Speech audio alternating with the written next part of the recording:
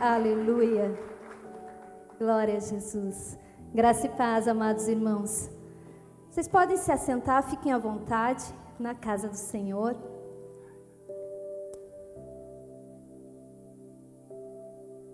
Deixa eu só me organizar aqui no púlpito.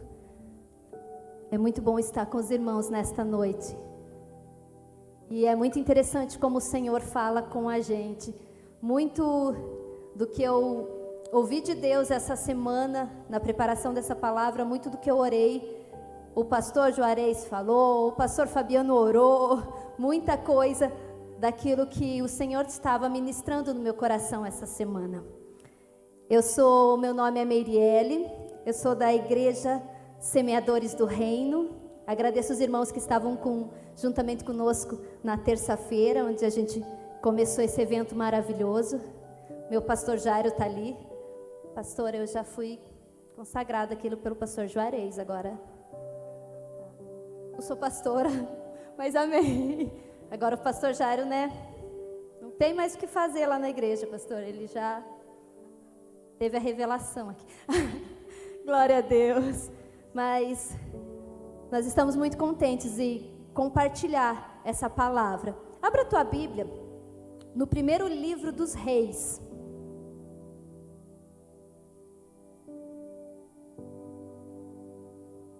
Primeiro livro dos Reis, o capítulo 19.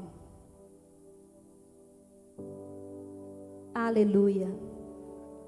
Provavelmente é um texto que você conhece bastante. Primeiro a Reis 19, a partir do versículo 13.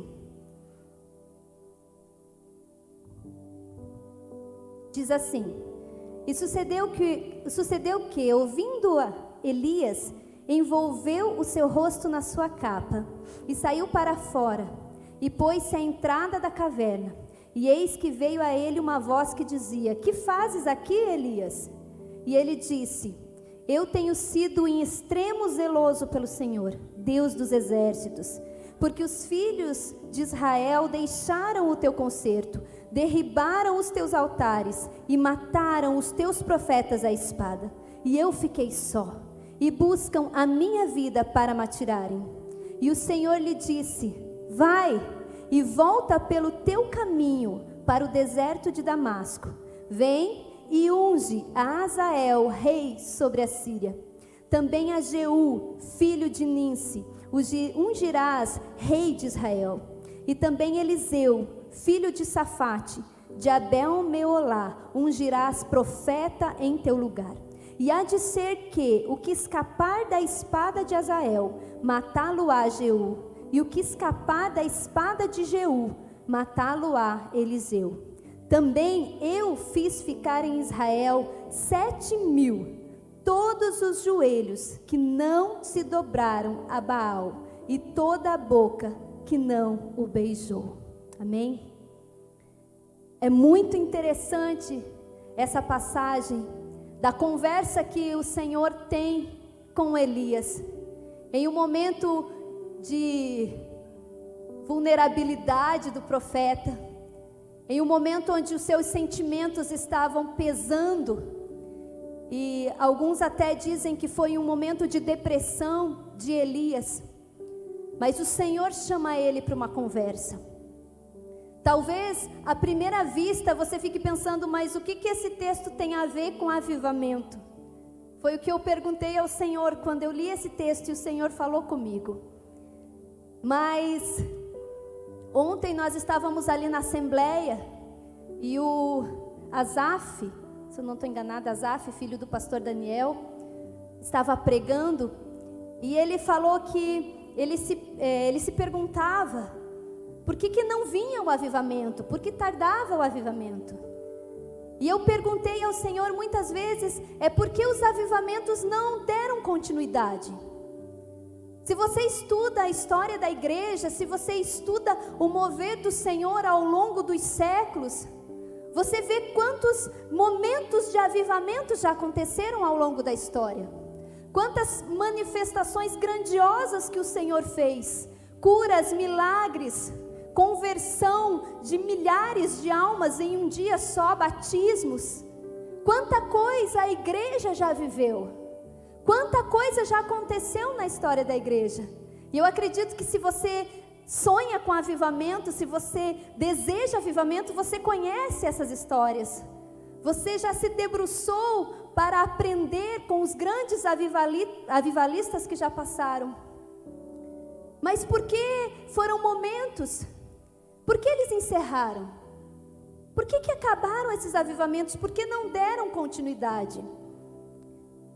E muito do que eu vou ministrar para você nesta noite é porque nós não podemos nos reunir neste lugar e passar uma semana falando de semana do avivamento, conferência de avivamento, e isso parar por aqui. E isso se encerrar, e aí ano que vem o pastor Fabiano vai chegar e vai dizer: gente, vamos participar de novo da semana do avivamento, SDA, e no próximo ano de novo, e isso fica em uma semana, durante um ano, e se acaba. Avivamento não é só um culto, não é só uma conferência, ele é um processo, e ele é algo que precisa de continuidade. E se você estudar um pouco da história, você vai ver que o que faltou para os avivamentos foi a continuidade, que é o que o Senhor falou com Elias. As coisas não podem se encerrar em uma geração, as coisas não podem parar em uma pessoa. O que Deus quer fazer não pode parar nesta noite, nessa conferência, no sábado, quando a gente estiver aqui novamente encerrando a conferência. Não pode encerrar aqui. Isso é um início, isso é um momento. Mas existem muitas coisas que o Senhor deseja fazer através de mim, de você, da sua igreja, ao longo daquilo que nós vamos viver a partir de agora. E o que nós precisamos, amados, é estar preparados para aquilo que o Senhor vai fazer. Elias tinha vivido grandes coisas. Esse texto, ele já tinha passado por aquele momento que você conhece, onde desceu fogo do céu lá no Monte Carmelo, sabe? Até lambeu a água, todo aquele processo com os profetas de Baal. Ele já tinha vivido inúmeras coisas, ele tinha orado para que chovesse, choveu depois de muito tempo na terra. E aí depois de tudo isso, ele recebe uma palavra da Jezabel, que eu acredito que também você sabe a história. E aí ele recebe aquela palavra, ele vai para uma caverna. E ele fica remoendo em seus sentimentos. E ele diz ao Senhor: Senhor, eu fui zeloso para o Senhor. Eu me dediquei, eu orei, eu me consagrei, eu estudei a palavra, Senhor, eu fiz tudo certinho. Enquanto que muita gente beijou Baal, muita gente se corrompeu, mas eu fiquei firme e agora querem me matar. E fiquei só eu firme, só eu fortalecido, só eu fui fiel. Irmãos, quando eu li esse texto, já li inúmeras vezes, mas essa semana eu fiquei pensando quantas vezes, não sei se pode ser só eu, mas quantas vezes a gente olha para Deus e diz: Senhor, eu estou fazendo tudo certinho, e olha quanta gente fazendo tudo errado. Senhor, a gente está lá na igreja orando, eu trabalho lá na minha igreja muito com o estudo bíblico, eu amo ensinar a palavra, uma coisa que eu sou apaixonada por fazer. E quem ensina sabe que no estudo bíblico vem pouca gente, né, irmãos? Na oração menos ainda, né? Característica, né, pastores? E aí você fica: Senhor, mas a gente está lá estudando e vem tão pouca gente, e os irmãos, cadê? Mas nós estamos sendo zelosos. E quantos ao longo dessa pandemia se desviáramos? Quando nós não podíamos fazer cultos, quando estava difícil fazer culto, que tinha distanciamento ou não podia, quantos se desviaram? Quantos se afastaram? E daí você fica pensando: só eu fiquei só. É o que Elias pensou. Eu fiquei só. E ainda querem me matar. E o que Elias pensou, irmãos? A primeiro momento eu pensei assim: nossa, ele foi egoísta. Talvez ele foi um pouco arrogante, só eu que sou fiel. Mas o que ele estava pensando? Eu fiz tantas coisas, tanta manifestação do Senhor foram feitas a partir das minhas mãos, a partir da minha fidelidade, e agora querem me matar. Não era pela vida dele que ele estava temendo. Você acha que um homem que falava com Deus, irmão, estava com medo de morrer? Ele estava pensando, quem vai continuar tudo isso? Agora tantos se prostraram a Baal, Baal vai vencer. Quem vai exaltar o nome do Senhor se me matarem? Quem vai continuar essa obra se me matarem? E agora, Senhor, eu fiz tudo isso, eu vivi isso, e não tem mais ninguém em Israel fiel ao Senhor, se me matarem, acabou. Acabou a igreja. Acabou. E aí Deus começa a falar com Elias. Porque uma das coisas que a gente aprende, irmãos, é que tudo está nas mãos do nosso Deus. Tudo, irmãos. Nada depende de nós. O avivamento não vem pelas nossas mãos. O avivamento não vem pela força do nosso braço. A conversão das pessoas não vem pela força do nosso braço, porque senão seria fácil. Sabe aquele teu vizinho, aquele teu amigo, aquele teu colega que você tenta convencer ele para vir para Jesus? E você fala, e você argumenta, e você ora, e você convida para o culto, você convida para inúmeras coisas, e aquele coração duro não se quebranta, e você diz, Senhor, o que eu faço? Ele diz, não cabe a você, é Ele quem faz. É o Espírito Santo que convence o homem do pecado, da justiça e do juízo, não sou eu. Mas muitas vezes nós ficamos tão angustiados, e muitas vezes nós não conseguimos entender o que Deus está fazendo, como Ele está se movendo, que nós queremos de uma forma natural e humana fazer com que as coisas aconteçam. Vamos fazer o avivamento. Não! Nós vamos desejar o avivamento. Nós vamos sonhar o avivamento.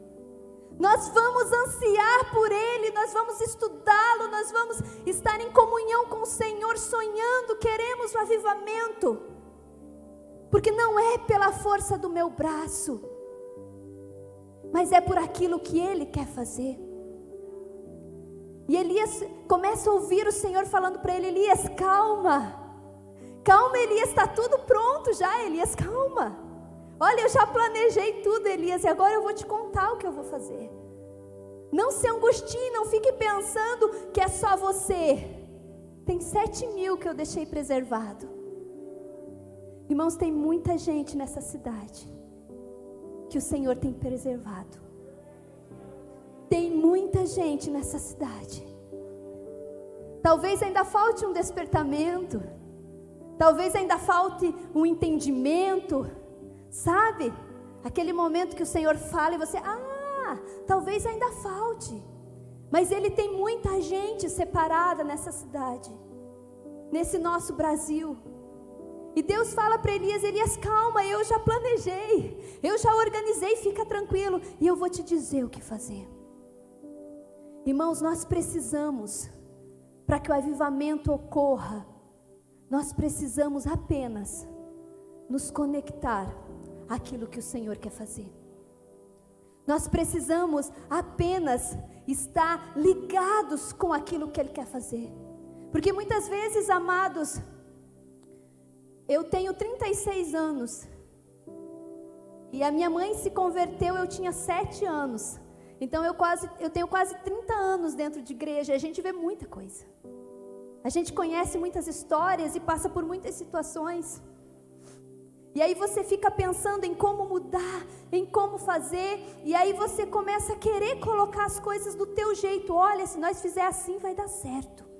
Olha, se nós fizer um culto dessa forma vai dar certo. Olha, se nós fizer célula vai dar certo. Olha, se nós fizer discipulado vai dar certo. Olha, se nós fizer passeata vai dar certo. E Deus está dizendo, calma, escuta o que eu quero fazer, porque aí vai dar certo. Se liga no plano que eu tenho. E nós precisamos, como igreja, ouvir o plano do Senhor. Está tudo pronto, irmãos. Ele já separou quem Ele vai usar, quando Ele vai usar, de que forma Ele vai usar. Mas muitas vezes nós estamos fechados em nós mesmos, querendo que as coisas sejam do nosso jeito. E não é do nosso jeito, é do jeito dEle.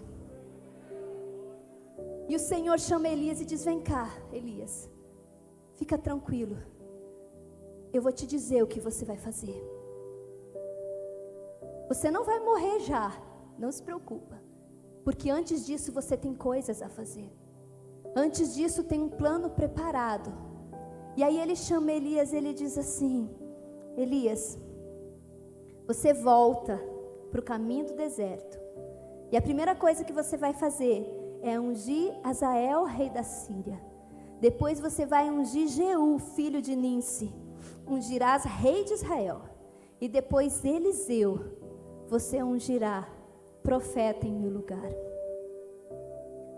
O que eu tenho aqui, irmãos? Duas coisas que eu quero falar para você. Primeiro, princípio de geração. Princípio geracional. Que foi o que os pastores falaram e oraram aqui. Elias, você fez, Elias. Você fez grandes coisas e o que você fez não vai morrer em você. Porque eu vou levantar gente para continuar aquilo que você começou.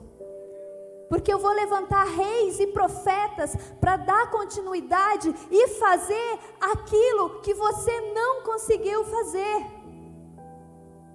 Os avivamentos terminaram, irmãos, porque não foi dado continuidade. Porque eu não posso te dizer, tem todo um contexto histórico para a gente estudar. Mas porque faltou continuidade. E o que Deus deseja é que nós amemos e desejemos o avivamento, mas que nós nos levantemos para nos posicionar, para preparar uma geração para viver aquilo que Deus vai fazer. Eu preciso me preparar para viver avivamento. Deus não derrama as coisas de qualquer jeito, irmão. Deus não vem de qualquer jeito, nós estando do jeito que a gente quer. Não, a gente precisa se preparar para recebê-lo. Davi fez toda uma casa para a presença do Senhor. Moisés fez um tabernáculo para a presença do Senhor. A gente precisa preparar as coisas, preparar os lugares, preparar a geração, preparar os líderes, preparar as nossas casas, as nossas famílias, para receber aquilo que o Senhor vai fazer. Não adianta só você clamar, irmão, se você não se posicionar, e se você não se preparar para receber aquilo que o Senhor tem, não vai vir. E Deus fala muito forte com Elias, e Ele diz: você precisa ungir reis, ungir lideranças, governos, pessoas que vão se posicionar contra o pecado, e essas pessoas vão fazer aquilo que você não conseguiu fazer. E eu amo a história do rei Jeú, porque Elias recebeu uma palavra de Jezabel, e aí ele ficou atormentado e foi para a caverna por causa daquela palavra. Elias não conseguiu matar Jezabel, irmãos. Elias não matou Jezabel, mas Deus falou para ele: você vai ungir Jeú, porque Jeú vai matar Jezabel. Nós precisamos preparar uma geração que vai fazer aquilo que nós não temos condição hoje de fazermos. Porque talvez você não vá matar Jezabel, mas o teu filho vai. Mas os teus discípulos vão. Mas a tua família vai matar Jezabel. Mas você precisa preparar Jeú. Porque Jeú fez o que Elias não conseguiu fazer. E é isso que nós precisamos entender. É preparar uma geração para que isso não acabe em nós. Para que isso não acabe nos pastores, em nós que estamos aqui, mas que isso inunda as nossas casas, inunde as nossas famílias. Irmãos, eu tenho orado, eu tenho 2 filhos lindos, e eu sempre oro por eles, e eu não peço que eles sejam médicos, dentistas, prósperos, amém, isso Deus vai direcionar a vida deles, mas o que eu peço todos os dias é que eles sejam firmes no Senhor. E que eles vivam em Deus aquilo que eu ainda não vivi. Que eles façam para Deus o que eu ainda não fiz. Que eles desfrutem de milagres que eu ainda não desfrutei. Porque não é para mim apenas, é para minha casa, é para minha família, é para minha geração. E Deus fala com Elias e diz: Elias, prepara líderes, prepara, unge reis e unge profetas para continuar aquilo que eu desejo fazer. Como nós estamos preparando a nossa geração, irmãos? Como nós estamos preparando os nossos jovens, os nossos adolescentes, as nossas crianças? Muitos pais nem levam seus filhos à igreja, porque eles dizem: vai só incomodar, vai dar muito trabalho. Mas depois, quando ele for adolescente e se desviar, irmão, ele não foi preparado, ele não foi posicionado, ele não conheceu o Senhor. Nós precisamos preparar os nossos filhos, nós precisamos preparar a nossa casa, e aí vai entrar o princípio da paternidade. Pega o teu filho e ensina. Pastores, pega os jovens e ensinem. Senta com eles, gasta tempo com ele, líderes, porque ser líder, irmão, é cansativo. Ser pai, ser mãe é cansativo. Não é fácil. Ser pastor, eu nem comento. É cansativo, desgasta. Mas eles vão continuar o que nós estamos começando hoje, essa semana. Eles vão continuar, e eles vão viver o que nós ainda não vivemos em Deus. Por isso que eu preciso sentar com ele e posicionar a próxima geração. E você sabe tanto quanto eu que estamos vivendo tempos muito difíceis, de ideologias, de ensinamentos, de todos os tipos de ativismos e filosofias e conceitos. E quem vai ensinar os nossos jovens? Quem vai ensinar os nossos filhos? Eu sou professora, e eu sei o que a gente ensina na escola. Eu sei o que eu falo, o que os outros falam. Eu sei como é a organização. Quem vai ensinar os nossos filhos, irmãos? A viver o avivamento, a ser firmes naquilo que o Senhor tem, a se posicionar contra o pecado, a se posicionar contra aquilo que está se levantando para destruir as nossas famílias, para destruir os casamentos. Quem vai ensinar os nossos filhos? Quem vai ensinar as nossas crianças, os nossos jovens? O Senhor falou para Elias: Elias, você vai fazer, você já fez, vai continuar fazendo, mas você vai ensinar e preparar aqueles que vão dar continuidade, porque tem 7.000 ainda que vão continuar esse trabalho.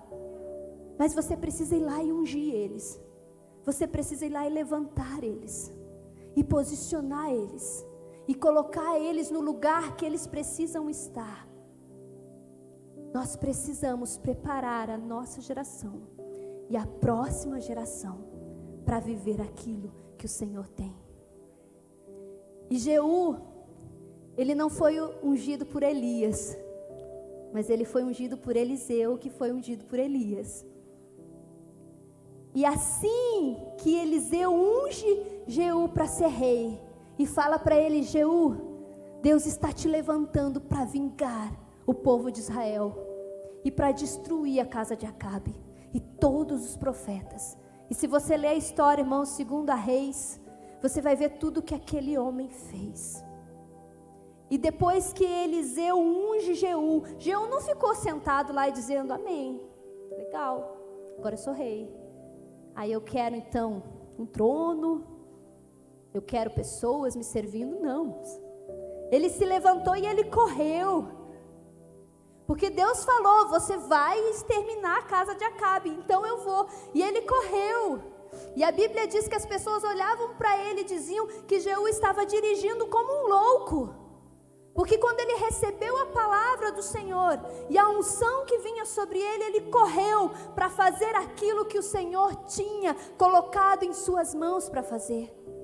E ele foi, e ele destruiu, irmãos, ele exterminou a casa de Acabe.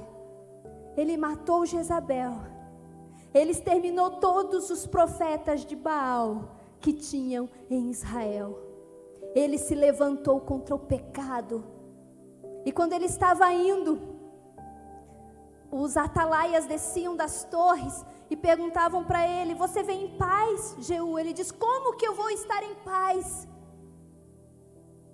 Se Israel está contaminado por prostituição, por pecado, como? Irmãos, nós precisamos preparar uma geração que se revolta contra o pecado.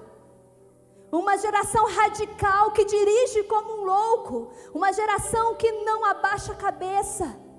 Uma geração que não se esconde. Uma geração que não se corrompe com ideologia, com filosofia. Mas uma geração que escuta o que Deus tem e corre para fazer a vontade do Senhor. Precisamos preparar essa geração. Virão tempos mais difíceis que esses, irmãos. Você está preparado para viver isso? Você está preparando a tua casa para isso? Você está preparando os seus filhos para isso? Você está preparando os jovens da sua igreja para isso? Pai, você está preparando os seus filhos para isso? Para ser radical contra o pecado? Ah, mas os tempos mudaram, irmãos, mas a palavra permanece a mesma. O princípio é o mesmo. E eu preciso posicionar a minha casa, a minha família, os meus irmãos, nos marcos, nos fundamentos que foram estabelecidos pelo Senhor. A gente não releva pecado. A gente não pensa em santidade mais ou menos. Eu preciso ser radical. Como eu posso viver em paz se há pecado e há prostituição em Israel? Como nós podemos viver em paz se os nossos filhos estão sendo corrompidos? Se nós estamos perdendo a nossa casa, a nossa família, se nós estamos perdendo os nossos irmãos para todos os ensinamentos, ideologias e conceitos, e pecado, e prostituição, e fornicação, e adultério, e divórcios. Como nós podemos estar em paz? Nós precisamos nos levantar como Jeú e correr para defender aquilo que o Senhor tem falado conosco. Correr para defender a santidade dentro da nossa casa e dentro das nossas igrejas. E que nós, líderes, pastores, possamos ser a base pela qual esses jovens vão poder ser fortalecidos para não se corromper. Para não se corromper nessa geração. O Senhor falou: tem 7.000. Mas a gente vai preparar esses 7.000, irmãos. Eles não se dobraram para Baal ainda. Eles não beijaram Baal ainda. Então prepara eles. Não deixa eles se corromper. Não deixa eles se corromperem. Eu quero convidar, para mim encerrando, senão eu me empolgo, irmãos. Eu quero convidar os irmãos que estão aqui, que têm menos de 30 anos, para ficar em pé. Fica em pé, você que tem menos de 30 anos. Eu vou só abaixar aqui. Aleluia. Oh, coisa linda. Pode ser as crianças também, se estão acordados, que os meus que já dormiram. Glória a Deus. Olha aí, pastores, quanta gente bonita. Olha aí, irmãos.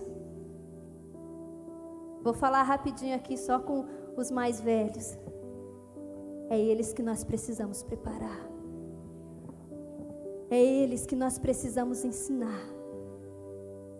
Ensinar a não se corromper. Ensinar a dizer não para o pecado. Ensinar a ouvir a voz de Deus. Ensinar a estar ligado com aquilo que Deus quer fazer. Nós precisamos sim, irmãos, é cansativo, gastar tempo com eles. Não deixe que lá fora, pode sentar, queridos. Não deixe que lá fora o traficante gaste tempo com eles. Não deixe que lá fora os ativistas passem tempo com eles. Você passa tempo com ele. Eu escutei uma pregação esses dias do pastor Luciano Subirá. Gosto muito dele. Sobre, para os pais, ensinando os pais. E uma coisa que ele falou que eu guardei no meu coração. Ele tem 2 filhos, uma filha e um filho.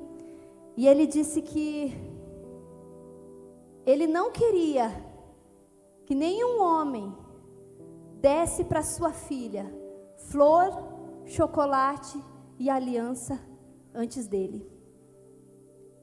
Porque o referencial tinha que ser ele. Porque ele não queria que a sua filha tivesse necessidade de alguém e que essa necessidade fosse suprida por outra pessoa antes dele. Porque muitas vezes, irmãos, os nossos filhos, os nossos jovens têm as suas carências. E nós pensamos que nas amizades, no convívio, eles vão suprir.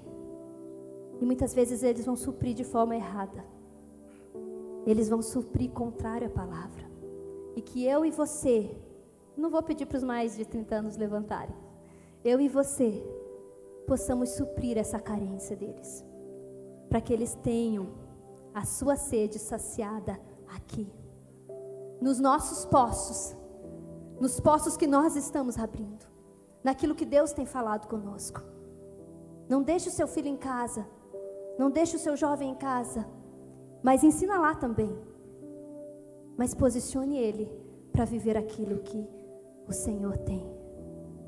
E você que é jovem, que ficou em pé menos de 30 anos, olhem para os seus pastores, para os seus pais, para os seus líderes, e honre eles, e ore por eles, e obedeçam a eles. Que eles sejam um exemplo para vocês. É uma geração servindo a outra, irmãos. Ninguém é melhor que ninguém, mas é uma geração servindo a outra. Eu preciso aprender com quem já viveu coisas além de mim. Eu preciso aprender com a experiência do pastor, do irmão, do pai, da mãe, do líder, que já passou por coisas.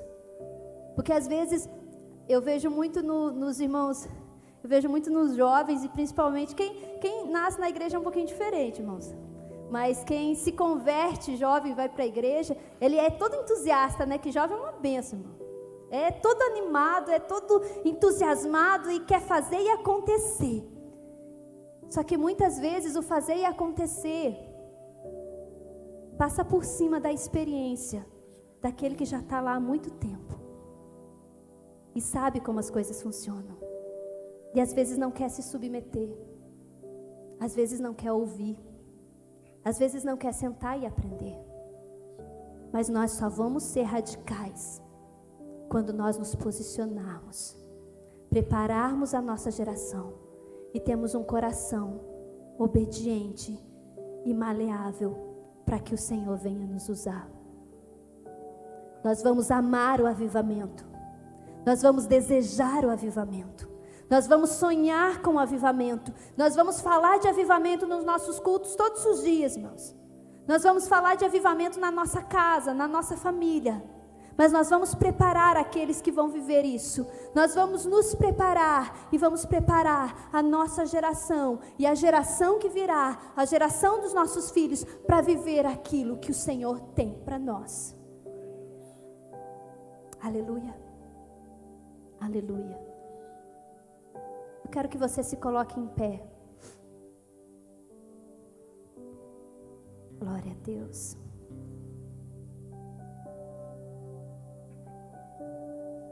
Eu já vou passar para o irmão que vai encerrar, mas feche os seus olhos um pouquinho. Como você tem preparado a sua vida primeiro para viver aquilo que o Senhor tem? Como você tem se preparado para viver aquilo que Deus tem? não é só clamar por avivamento, irmão, não é só sonhar, é se preparar. O quanto radical você tem sido em relação ao pecado. O quanto radical você tem sido em relação àquilo que tem se levantado contra a palavra do Senhor. Como você tem preparado os seus filhos, como você tem preparado a sua casa, a sua família, os seus liderados, os seus jovens. Senhor, nós clamamos a Ti, Deus. Senhor, nós sonhamos com avivamento em Porto União e União da Vitória. Senhor, nós sonhamos com avivamento em Porto União e União da Vitória. Ah, Pai, o nosso coração tem queimado. O coração da igreja tem queimado por aquilo que o Senhor vai fazer. Ah, Senhor, nós sonhamos com o tempo do derramamento do Teu Espírito, a tal ponto, Senhor, que nós não vamos suportar ficar em pé diante da Tua presença. Senhor, nós esperamos um tempo, Deus, de derramamento, onde pessoas serão curadas nos nossos cultos, nas nossas orações. Ah, Senhor, onde pessoas serão libertas de vícios, de espíritos malignos. Senhor, nós clamamos, nós sonhamos por isso.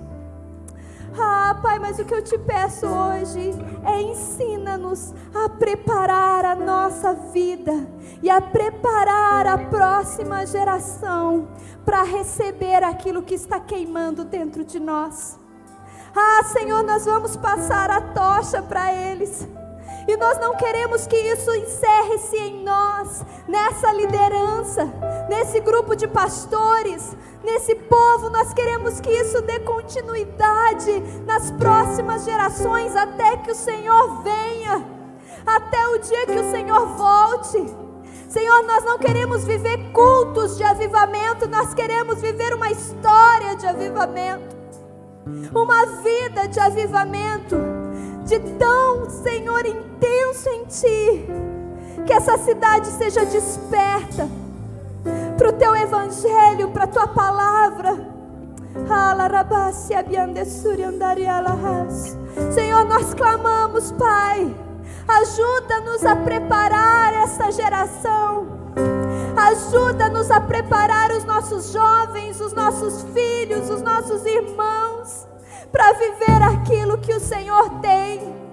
Nós não queremos ser alheios à Tua vontade, mas queremos viver o verdadeiro avivamento, que não se encerre em nós, mas que seja contínuo nessa cidade, para que o Teu nome seja levantado como uma bandeira, para que povos vejam a Tua luz, para que o cego veja a Tua luz. Ah, Senhor, para que o surdo ouça a Tua voz, para que o enfermo seja curado, para que as nossas famílias sejam restauradas, para que os casamentos sejam restaurados. Ah, Senhor, nós queremos viver isso. Ah, nós queremos que os nossos filhos vejam o que nós ainda não vimos. Nós queremos que os nossos filhos façam obras que nós ainda não conseguimos fazer. Que eles sejam fortes e firmes para combater contra o pecado e contra os enganos do diabo. E não se deixar corromper pelas astutas ciladas do inimigo, mas que fique firmes em Ti. Esse povo é Teu, Senhor. Eis aí aqueles que não se dobraram. Eis aí, Senhor, aqueles que não se corromperam. Aqueles joelhos que só dobraram para Ti. Aqueles lábios que só glorificaram o Teu nome. Eis aqui. Cumpra em nós a Tua vontade. Em nome de Jesus. Aleluia. Aleluia. Aplauda o Senhor. Glória a Deus.